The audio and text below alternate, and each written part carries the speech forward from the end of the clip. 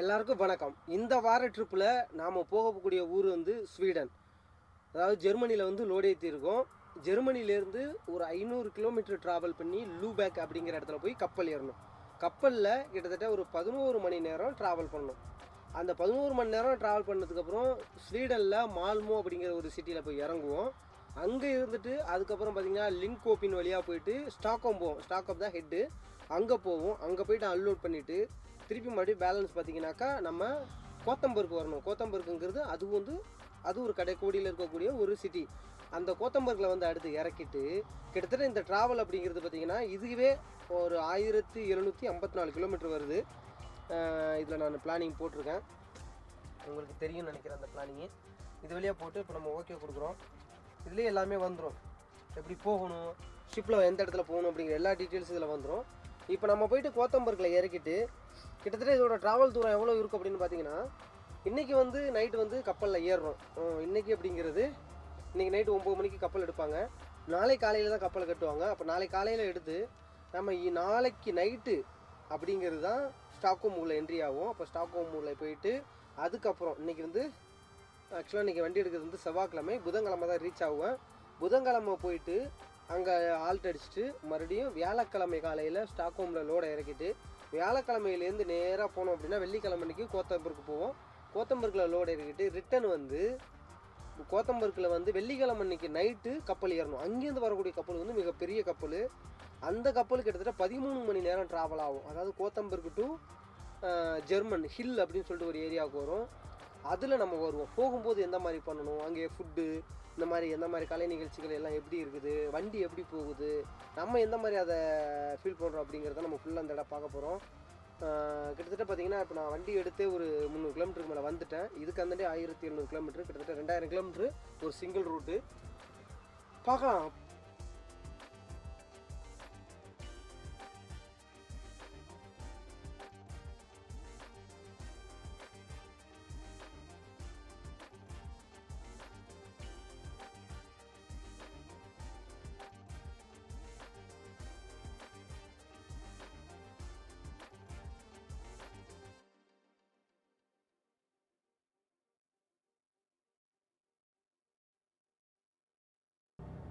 டீசலை பொறுத்தவரையும் ஜெர்மனிலே அடிச்சிறது பெட்ரு.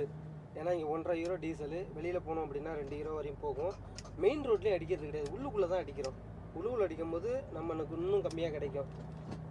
இப்போ ஒரு 200 கிலோமீட்டர் ஓட்டிட்டு இப்போ டீசல் அடிக்க போகிறோம். அடிச்சுட்டு தான் கப்பலுக்கு போகிறோம். கப்பலுக்கு ஏறதுக்கு முன்னாடி எந்த மாதிரி செக்இன் பண்ணணும், எப்படியெல்லாம் வெயிட்டிங் நிற்க வேண்டியா இருக்குது, நம்ம எந்த லைனில் போகணும், கப்பலில் என்னென்ன விதங்கள் ஏற்றுறாங்க, ட்ரக்கு மட்டும் தான் ஏற்றுறாங்களா, காரு பைக் இந்த மாதிரி என்னென்ன விஷயங்கள் ஏற்றுறாங்கிறதையும் அங்கே போய் தான் நம்ம தெரிஞ்சுக்க போகிறோம். மக்களே, டீசல் அடித்தாச்சு. அதாவது இந்த பக்கம் 9வது கன்று, அதுக்கப்புறம் 10வது கன்று, 2 டேங்க் ஃபில் பண்ணியிருக்கேன். 2 டேங்க்குக்கும் பார்த்தீங்க அப்படின்னா வித்தியாசங்கள் இருக்குது. ஒரு டேங்க்னா ஒரு பாயிண்ட் வித்தியாசம் இருக்குது. அது என்ன கணக்குன்னு தெரியலை. எனிவே அடித்தாச்சு. டோட்டலாக பார்த்தீங்கன்னா 750 யூரோக்கு டீசல் அடிச்சிருக்கேன். பார்த்தீங்கன்னா அவங்க 750 யூரோ அடித்ததுக்கு டீ கொடுத்துருக்காங்க. கேட்கவே இல்லை, அவங்களே போட்டு கொடுத்துட்டாங்க. நம்ம இப்போ நல்லா வெளியில் மழை பெஞ்சிக்கிட்டு இருக்குது. சுகர் 2 இது எடுத்துகிட்டு வந்தேன். சுகரை போட்டுட்டு உப்பு எதுக்கு இங்கே வைப்போம், அப்புறம் வெளியில் போட்டுக்கலாம். அப்புறம் கலக்கிறதுக்கு ஸ்பூனும் கொடுத்துருக்காங்க, உட்டு ஸ்பூன் தான். ஓகே, அதுக்கப்புறம் எடுத்து லாக் பண்ணிட்டோம்னா நம்ம பாட்டிலே ரன்னிங்கில் குடிக்கலாம். அடுத்தபடியாக வண்டியை ஸ்டார்ட் பண்ணிவிடும். இதில் திரும்புமான்னு தெரியல, ரொம்ப ஷார்ப்பாக இருக்குது. ரிஸ்க் எடுக்க தேவையில்ல, ரிவேஸ் போகணும். ரிவேஸ் போயிட்டு தான் வரணும்.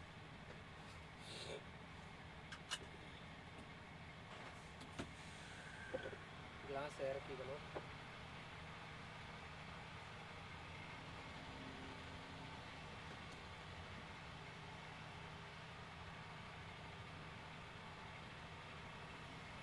ரொம்ப ஷார்ப்பாக இருக்குது மக்கள், கவனமாக போக வேண்டியா இருக்குது.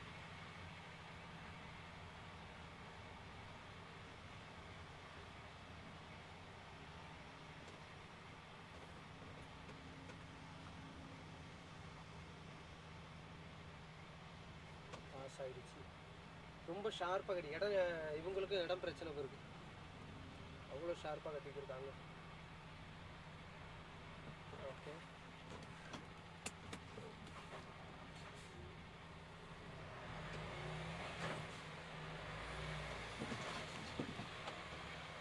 லோடு வண்டி திணறுது.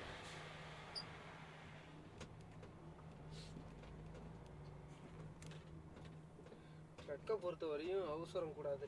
கொஞ்சம் அவசரப்பட்டோம்னா சைடில் எங்கேயாவது தட்டி இருந்தவங்க திரும்பும்போது அங்கே பிடிச்சிடும். அதனால தான் இந்த கண்ணை யூஸ் பண்ணேன். ஓகே, அடுத்து நம்ம போக வேண்டிய தூரம் வந்த வழியில் எக்ஸிட்டை பிடிக்க வேண்டியதான். தண்ணி பிடிக்க மறந்துட்டா மக்களே. தண்ணி பிடிச்சிட்டு வந்துடுறேன். மக்களே. இதில் போட்டிருக்கு பாருங்கள் மால் மூன்னு சொல்லி. இந்த பக்கம் க்ரீன் ஏரியாவில் இதில் ஆள் இருக்காங்கன்னு அர்த்தம். இதில் தான் நம்ம போகணும்.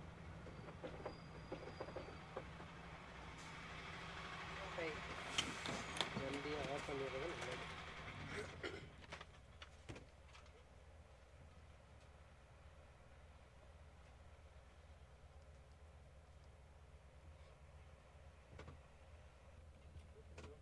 தேங்க்யூ.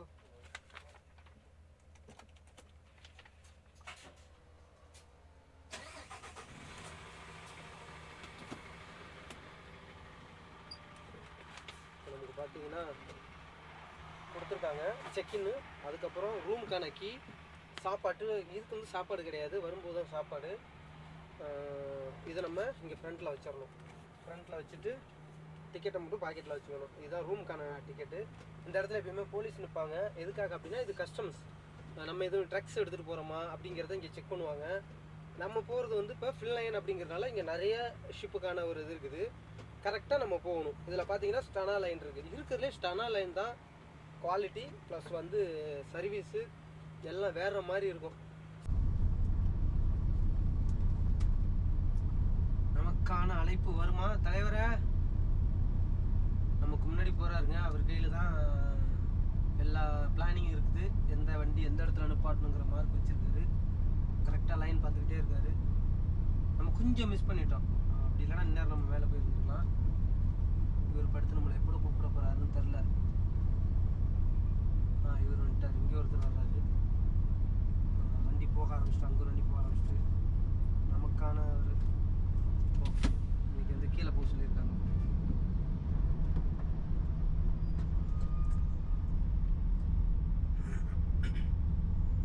மேலே இல்லை, இன்னைக்கு வந்து அண்டர் கிரவுண்டில் போட்டோம் ஃபஸ்ட்டு.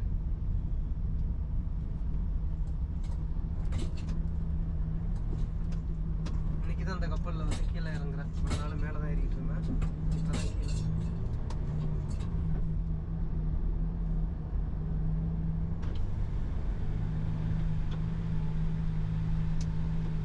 ரைட் இண்டிகேட்டர் போட்டு லெஃப்ட் போயிட்டு இருக்கேன். இல்லையா நீ பெரிய மனுஷன் நினச்சா இந்த மாதிரி சல்லித்தனமாக பண்ணுறேன். போயா தலைவர் எந்த பக்கம் இண்டிகேட்டர் போட்டு பாருங்க.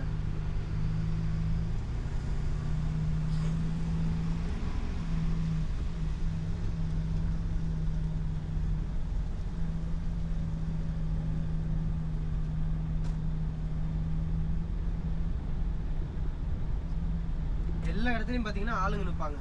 நம்ம வழி தவறியே போக மாட்டோம். இது வரையும் பிளாட்ஃபார்ம். இதுக்கு அந்தாண்ட தான் நமக்கு கடல் ஸ்டார்ட் ஆகுது. இந்த இடத்துலேருந்து ரேம்ப் அடிச்சிருக்காங்க. இப்போ நம்ம கடலில் அண்டர் கிரவுண்டுக்கு போக போகிறோம். தண்ணிக்கு கீழே போக போகிறோம். இது வரையும் தண்ணி மட்டும். இதுக்கு கீழே நம்ம அண்டர் கிரவுண்டில் இறங்க போகிறோம். இங்கே ஒரு தாத்தா நிற்கிறாரு பாருங்க, குறுந்தாடி வச்சுக்கிட்டு. இந்த தாத்தா வந்து நமக்கு வேற எங்கேயும் மாறி போயிடக்கூடாதுன்னு நின்றுக்கிட்டு இருக்காரு. இப்போ கீழே இறங்க சொல்லிட்டாரு. நம்ம கீழே இறங்கிட்டோம். இதெல்லாமே பார்த்தீங்கன்னா மூடிடும். நம்ம உள்ள என்ட்ரி ஆனதுக்கப்புறம் நைட்டில் பார்த்தீங்கன்னா எல்லாம் மூடிட்டு தான் வண்டி எடுப்பாங்க. இங்கே கீழே இருக்கிறது ஒரு ஜாக்கி. இதுவும் பார்த்தீங்கன்னா ஃப்ளெக்சிபிளாக தான் இருக்கும். மேலே கீழே எங்கே வேணாலும் இது போகலாம். இது ஒரு லேயர் இருக்குது. நம்ம நிற்கிறது ஒரு லேயரு. இதுக்கு மேலே 2 லேயர் இருக்குது. மொத்தம் 4 லேயரு ட்ரக்குக்கு. கீழே பார்த்தீங்கன்னா இன்னமும் பார்த்தீங்கன்னா காருக்கும் ஒரு ஆப்ஷன் கொடுப்பாங்க. அங்கே ஒருத்தர் வழி காட்டிக்கிட்டு இருக்காரு எங்கே போகணும் அப்படின்ட்டு.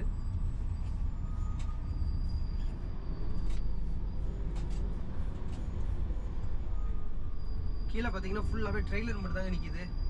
வேறு எதுவுமே இல்லை. ஓ, மேலே ஏற சொல்கிறாரு.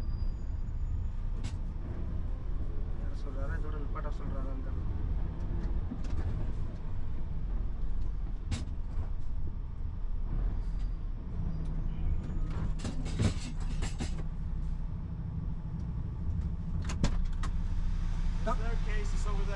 ஓகே. நாம் கப்பலுக்குள்ளே வந்த உடனே ஆப்போசிட்டில் ஒரு கப்பல் நிற்கிது. அதுவும் ஃபில் லைன் தான். நாம் இருக்கிறதும் ஃபில் லைன் தான். அதாவது ஒரே லைனுக்கு ஆப்போசிட் டைரெக்ஷனில் ஓடக்கூடிய 2 கப்பல், அதாவது பெரின்னு சொல்லக்கூடிய இந்த கார்கோ ஷிப்பில் தான் நாம் நிற்கிறோம். அங்கே நிற்கிறதுல அன்லோட் ஆகிட்டுருக்கு, நாம் இருக்கிறது லோட் ஆகிட்டுருக்கு. இப்போ நாம் அண்டர் கிரவுண்டில் ஃபஸ்ட்டு ஃப்ளோரில் நிப்பாட்டிட்டு வந்திருக்கோம். அடுத்து 4 ஃப்ளோர் இருக்குது. இங்கே இருக்கக்கூடிய இந்த லைஃப் ஃபுட்டு இதெல்லாம் பார்த்துருப்பீங்க. ஏன்னா இது சின்ன கப்பல் அப்படிங்கிறதுனால இதற்கேற்ற மாதிரி தான் இருக்கும். அதுக்கப்புறம் பார்த்தீங்கன்னா 3வது ஃப்ளோருக்கும் 4வது ஃப்ளோருக்கும் வந்து வண்டி ஏறிக்கிட்டு இருக்கு. அது வந்து ட்ரக்கு. இதுலேயே தான் பார்த்தீங்கன்னாக்கா காரும் லோட் பண்ணுவாங்க. 4வது ஃப்ளோரில் 3வது ஃப்ளோர் எல்லாம் கார் லோட் பண்ணுவாங்க. நாம் நிப்பாட்டியிருக்குது அண்டர் கிரவுண்டில் ஃபஸ்ட்டு ஃப்ளோரில் நிப்பாட்டியிருக்கோம். கடல் மட்டத்திலேருந்து கீழே நிப்பாட்டியிருக்கோம். இன்னும் வண்டி இங்கே ஏற வேண்டிய வண்டி பார்த்திங்கன்னா இந்த கிரவுண்டு ஃபுல்லாக நின்றுக்கிட்டு இருக்குது. இந்த கப்பலில் ஏற வேண்டியது இருக்குது, அடுத்த கப்பல்லேருந்து இறங்குனதும் இருக்குது. நிறையா வித்தியாசங்கள் இருக்குது. பட் ஆனால் வெயிட்டிங் ஏரியாங்கிறது இந்த ஷிப்புக்கு ஒட்டி இருக்கக்கூடிய ஏரியாக்கள் தான்.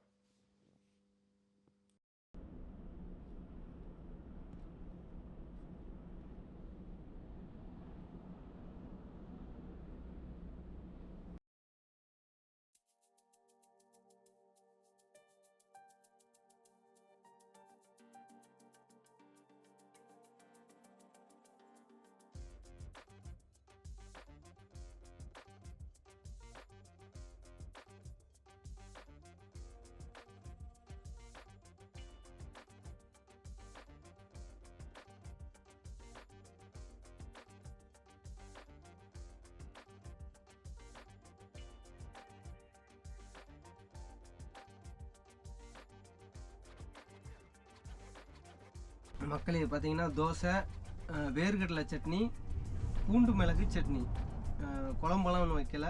இதுக்கு சட்னி எல்லாம் ரூமில் வச்சது, மாவு வந்து ரூம்லேயே அரைச்சி எடுத்துகிட்டு வந்துட்டேன். இப்போ ரெடி ஆகிட்டு இருக்கு.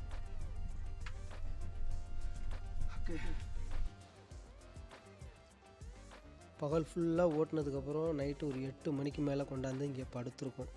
பார்க்கிங்கில் இடம் இல்லை, அதனால இது வந்து நம்ம ஒரு ஃப்ரெண்டு இங்கே தான் இருக்கிறாரு.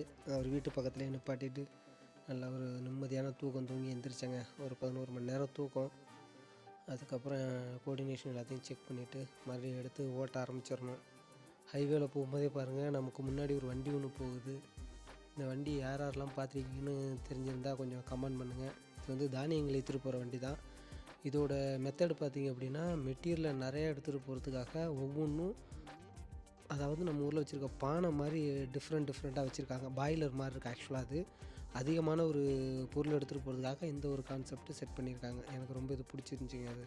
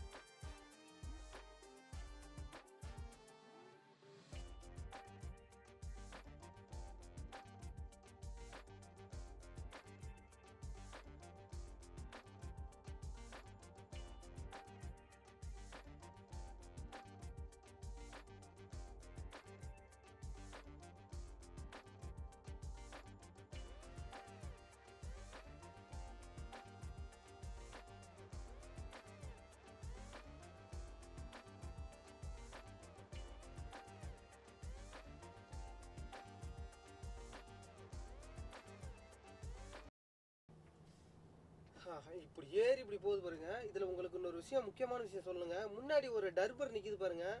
ஏற்கனவே நான் வீடியோவில் போட்டிருப்பேன் டர்பரு. பட் ஆனால் ஃப்ரண்ட் மூவிங் மட்டும்தான். இதில் வந்து ஃப்ரண்ட் அண்ட் பேக் ரெண்டுமே வந்து ஃபங்க்ஷன் ஆகுதுங்க. சீட்டை வந்து ரொட்டேட் பண்ணிக்க முடியுது. டிரைவர் சீட்டையும் ரொட்டேட் பண்ணிக்க முடியுது. ரெண்டு பக்கமும் ஓட்ட முடியுதுங்க. ஃப்ரண்ட் பேக் ரெண்டுலேயும் பார்வையில் ஓட்ட முடியுது. வேகமாக லோட் பண்ணுறதுக்காக இந்த மாதிரி ஒரு கான்செப்ட் வச்சுருக்காங்க இந்த டர்பரில். இந்த மாதிரி யாரும் நீங்கள் ஓட்டிருந்தீங்கன்னா தெரியப்படுதுங்க. எனக்கு இது பார்க்குறதுக்கு ஆச்சரியமாக இருக்குது. அடுத்து நம்மளை எங்கே ஏற்றுறாங்க இந்த ஓகே. வயசான தாத்தா பரவாயில்ல, வேலை பார்க்குறாரு. வீடு பற்ற வைக்கிறியா தாத்தா? இப்போ தானே அவனைய தாத்தான்னு சொன்னேன். சிகரெட் இல்லைன்னு யாரும் இருக்க மாட்டாங்க பிறகு மக்களே. சிகரெட்டு கைமாக தான் இருக்காங்க. இந்த பக்கம் 1 2 கீழே இருக்கிறது 4ஆவது ஃப்ளோரு, சைடில் போனால் 5ஆவது ஃப்ளோரு. இப்போ நம்ம 6 7க்கும் போகிறதுனால சைடில் இருக்கு பாருங்கள். மேலே உங்களுக்கு டாப்பில் நம்பர்ஸ் தெரியுதான்னு தெரில. இப்போ நம்ம அடுத்த ஃப்ளோருக்கு ஏறுறோம்.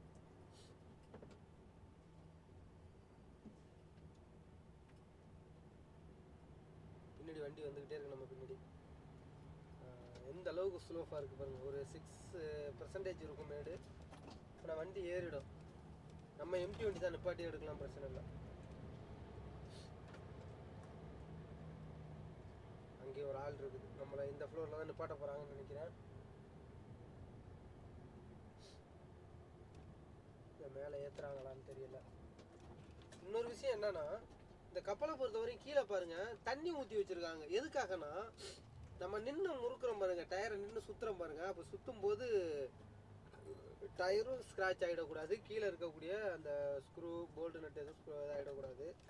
அந்த ஒரு காரணத்துக்காக தான் இங்கே தண்ணி ஊற்றி வச்சுருக்காங்க. அவரை வந்து ரைட்டில் சுற்ற சொல்லி கொண்டாந்து கார்னரில் நிப்பாட்டுறாங்க. அடுத்து நம்மளையும் இதே லைனில் தான் நிப்பாட்டுவாங்கன்னு நினைக்கிறேன். அது போக அந்த கார்னர் எல்லாம் பாருங்கள், ப்ரொஃபலர் ஷாஃப்ட் அந்த அந்த ஃபேன் சுற்றும் பாருங்கள். அந்த ஃபேனோட லீஃப் வச்சுருக்காங்க பாருங்கள், சப்ஜெக்டாக வச்சுருக்காங்கன்னு நினைக்கிறேன். இன்கேஸ் எதுவும் ப்ராப்ளம்னா எடுத்து யூஸ் பண்ணுறது. ப்ளஸ்ஸு ரோப் இருக்குது. ஓகே, கார்னராக ஃபஸ்ட்டு வண்டி அனுப்பாடுறாருன்னு சொல்லியிருக்கு இந்த அக்கா.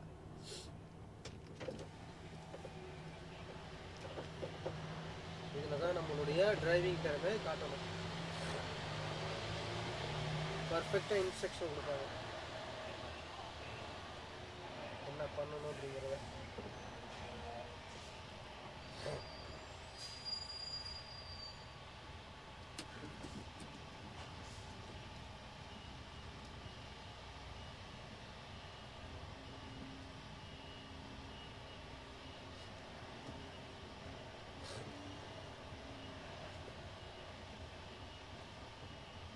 கீழே தண்ணியை ஊற்றும் பள்ளம் மாதிரி போகுது. ஓகே,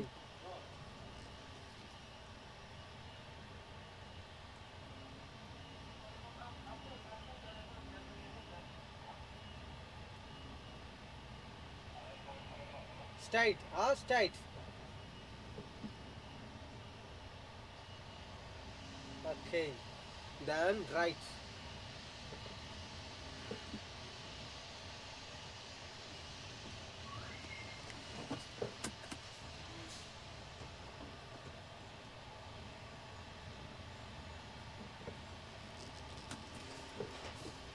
ஃபுல் ரைட் எடுக்கணும். நான் எட்ஜு வந்து மேலே ஒரு டீப் லைட் தொங்குது, அந்த டீப் லைட்டை டச் ஆகிடும். மாறிமுத்து பாரியா, பார்வை இல்லாத போகுதுங்க.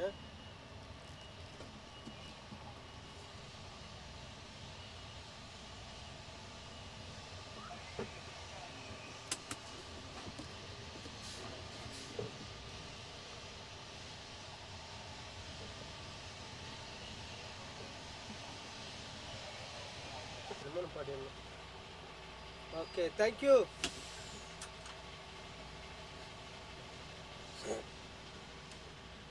அடுத்து நம்ம பண்ண வேண்டியது வண்டி ஆஃப் பண்ணணும். பர்ஃபெக்டாக ஆன் பிரேக் போட்டிருக்கோமான்னு செக் பண்ணிக்கணும். ப்ளஸ் வந்து ஆஃப் பண்ணிடணும். இதையும் ஆஃப் பண்ணிடலாம், சார்ஜ் வேஸ்ட் ஆகும். நமக்கு சார்ஜர் தேவை. சார்ஜர் கேப்பில் எடுத்துக்கணும் ரூமுக்கு. ப்ளஸ்ஸு ஒரு மைக்கு தேவை. அதுக்கப்புறம் ரூம் கீ தேவை. அதுக்கப்புறம் சாப்பாடு டோக்கன் ரொம்ப முக்கியம். திருப்பியெல்லாம் வர முடியாது, அதனால் இதெல்லாம் எடுத்துக்கணும். இதெல்லாம் நம்ம பேக்கில் எடுத்து வச்சுக்கணும். உள்ளே ஒரு ட்ரெஸ் வச்சுருக்கேன், ஒரு ட்ராயர் ஒன்று வச்சுருக்கேன். அதுக்கப்புறம் குளிக்கிறதுக்கு டவலு, பெட்ஷீட்டு, ஷாம்பு எல்லாமே அங்கே இருக்கும். அப்புறம் டாக்குமெண்ட்டும் முக்கியமாக வச்சுருக்கேன். ஓகேங்க, இப்போ குளிக்கணும், குளிச்சுட்டு இதெல்லாம் பண்ண வேண்டியிருக்கு. ஓகே, இது தேவையில்லை. ரூபிக் கியூப் வந்து சேர்த்தாச்சு, வச்சுட்டு போகலாம். ப்ளஸ் ப்ளூடூத்து தேவைப்படும். அதுக்கப்புறம் நம்ம இங்கே பண்ண வேண்டியது பெரி மோடு. வெஹிக்கிளில் போயிட்டு பெரி அண்ட் ட்ரெயின் இருக்கும், அதில் போய்ட்டு கொடுத்துட்டோம் அப்படின்னா மேலே பெரி மோடு ஸ்டார்ட் ஆகிடும். கொடுத்துட்டோம், 0வில் கொடுத்துட்டோம். கிட்டத்தட்ட இது காலையில் 9 மணிக்கு என்னமோ கப்பல் கட்டுவாங்க. கிட்டத்தட்ட 13-14 மணி நேரம் இது ட்ராவல் ஆகும். அது வரையும் நம்ம போய் நிம்மதியாக ரெஸ்ட் எடுக்கலாம்.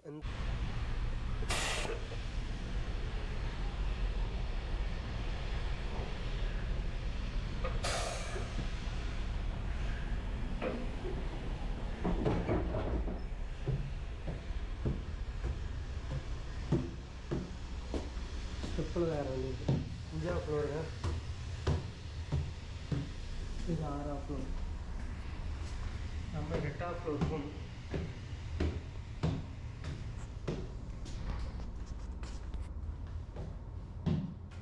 7ஆம் ஃப்ளோர் வந்துட்டு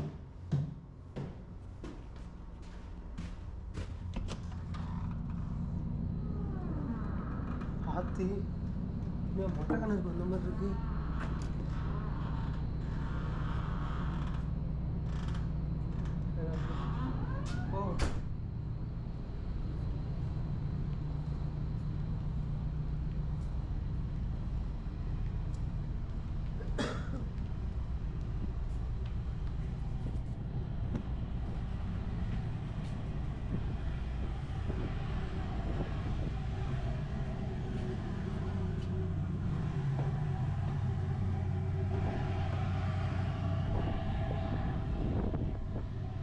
இப்போ சன்செட்டை மேலே தான் பார்க்கலாம். இதை பார்த்தீங்கன்னா தெரியும், லைவ் போட்டு. நம்ம போன கப்பலோட இந்த கப்பல் பெருசு. ஸ்டானா லைனுங்கிறதுனால எவ்வளோ பெருசு இருக்குது பாருங்கள். இது எல்லாமே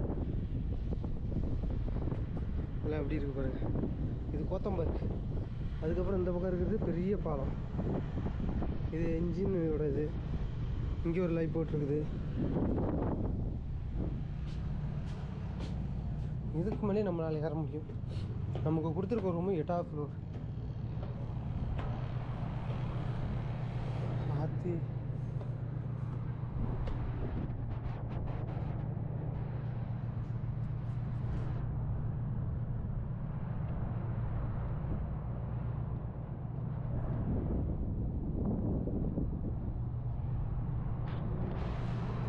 எவ்வளோ அழகாக இருக்குது பாருங்கள். இதுலாம் வண்டி வந்து நிப்பாட்டுவாங்கங்க. இன்னும் இதுலாம் வரும், டாப்பில் வர்றவங்களாம் வருவாங்க. ஓகே, ஒரு ஃபோட்டோ ஒன்று போடுவோம்.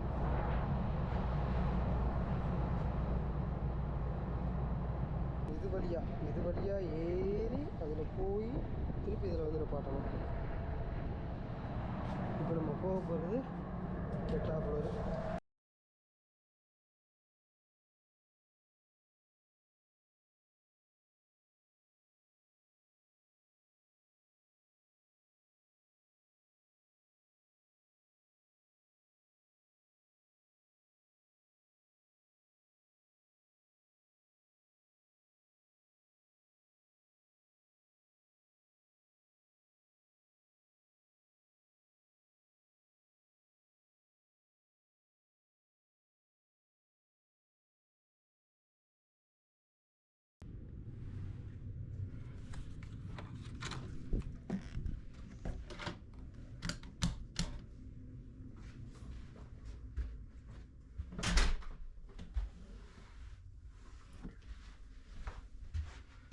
எப்படி இருக்குது பாருங்கள் ரூமு. சும்மா தகன்னு இருக்குதுங்களா. இதுதான் ஸ்டானா லைனு. டிவி பர்த்து எத்தனை இருக்குது பாருங்கள். 1, இது 1, 2,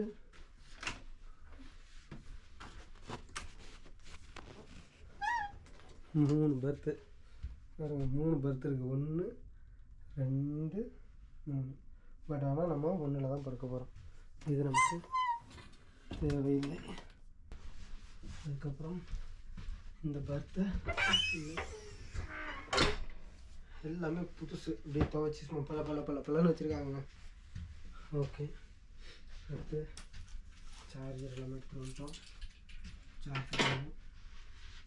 அடுத்து ஃப்ரெஷ்ஷப் ஆகணும். ஃப்ரெஷ்ஷப் ஆகிட்டு கேண்டீன் போகணும். கேண்டீன் வந்து 5 மணிக்கு, இப்போ மணி 3 மணி ஆகுது. 2 மணி நேரத்தில் ரெடி ஆகிட்டோன்னா போய் சாப்பிட்லாங்க திருப்தியாக. நல்லாயிருக்கும். இந்த கப்பலை பொறுத்த வரையும் எந்த வித சத்தமும் இருக்காது. அப்படியே நிசப்தமாக இருக்கும். போகிறதும் தெரியாது, நிற்கிறதும் தெரியாது. இதே ஸ்டனாவில் வரும்போது பார்த்தீங்கன்னாக்கா இன்னும் நம்ம ஊர் அரபாடி லாரியில் ஏறின மாதிரி போட்டுக்கிட்டு போயே வரும். பட் ஸ்டனா லைன் வந்து ரொம்ப ஸ்டெபிலிட்டியாக போயிட்டே இருக்கும். எந்த வித மூவ்மெண்ட்டுமே தெரியாது. நிற்கிதா போகுதானே தெரியாது. கிட்டத்தட்ட ஒரு 6:45 முதல்ல எடுப்பாங்க. நம்ம 5 மணிக்கு போய் கேண்டீனில் போய் ஐஸ்கிரீம், சூப்பு, ஃப்ரூட்ஸு, அப்புறம் ப்ரெட் ஐட்டம் எது வேணாலும் சாப்பிட்லாம். அது கணக்கே கிடையாது. அதுக்கப்புறம் 7 மணிக்கு மேலே சாப்பாடு ஸ்டார்ட் ஆகிடும். டிஃபன் ஐட்டம் அது சாப்பிட்டுட்டு அதுக்கப்புறம் மறுபடியும் வந்து தூங்கிட்டோம் அப்படின்னா அப்புறம் காலையில் போய் காலையிலேயே நம்ம சாப்பிட முடியும். மெயின் எங்கே போனாலும் இந்த சாவி முக்கியம். ஒருவேளை நீங்கள் சாவியை மிஸ் பண்ணிட்டீங்க அப்படின்னா, இதுதான் கீ. மிஸ் பண்ணிட்டீங்க அப்படின்னா மறுபடியும் என்ட்ரன்ஸ் போயிட்டு, என்ட்ரன்ஸுங்கிறது 7ஆம் ஃப்ளோரில் இருக்குது. ரிசப்ஷனில் போயிட்டு அவங்கள்ட்ட நம்ம சொன்னோம் அப்படின்னா நம்ம பேரை தட்டி பார்த்துட்டு சொல்லிவிடுவாங்க. உங்களுக்கான கீ, புது கீ அவங்க கொடுத்துருவாங்க. அப்படி தேவையில்லை. பட் இருந்தாலும் எல்லா நேரமும் ஓட முடியாது, கையில் வச்சுக்கணும்.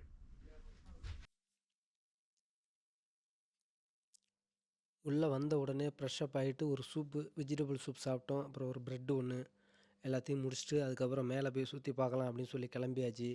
நமக்கு எதிரில் நிற்கிறது பார்த்தீங்கன்னாக்கா ஐடா க்ரூஸ் கப்பல். அது நல்லா வேர்ல்டு ஃபேமஸ்ஸு. டிக்கெட்லாம் செக் பண்ணி பார்த்தாக்கா கிட்டத்தட்ட 840 ரூபா ஸ்டார்டிங் போட்டு 1300 ரூபா வரையும் போட்டிருக்குங்க.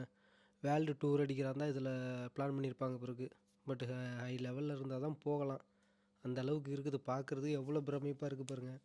நம்ம கப்பலும் எவ்வளோ க்ளீனாக இருக்குது பாருங்கள். நம்ம கப்பலுக்கே பார்த்திங்க அப்படின்னா ட்ரக்குக்கு 800 கிட்ட வருது டிக்கெட்டு. இது 13 மணி நேரத்துக்கு மேலே ஆகுது. ட்ராவல் தூரம் வந்து 12 மணி நேரம் ஓடுது. அதுக்கே பார்த்திங்கன்னா கிட்டத்தட்ட 800 மேலே டிக்கெட் சார்ஜஸ் பண்ணுறாங்க. ஆனால் ஃபுட்டு எல்லாமே ஃப்ரீயாக கொடுத்துட்றாங்க. அதுக்கப்புறம் எல்லா வேலையும் முடிஞ்சிருச்சு. காலையிலேயே 9 மணி அந்த ரேஞ்சில் எடுத்துருவாங்க. அதனால் ரூமை நம்ம வெக்கேட் பண்ணி கிளம்புறோம்.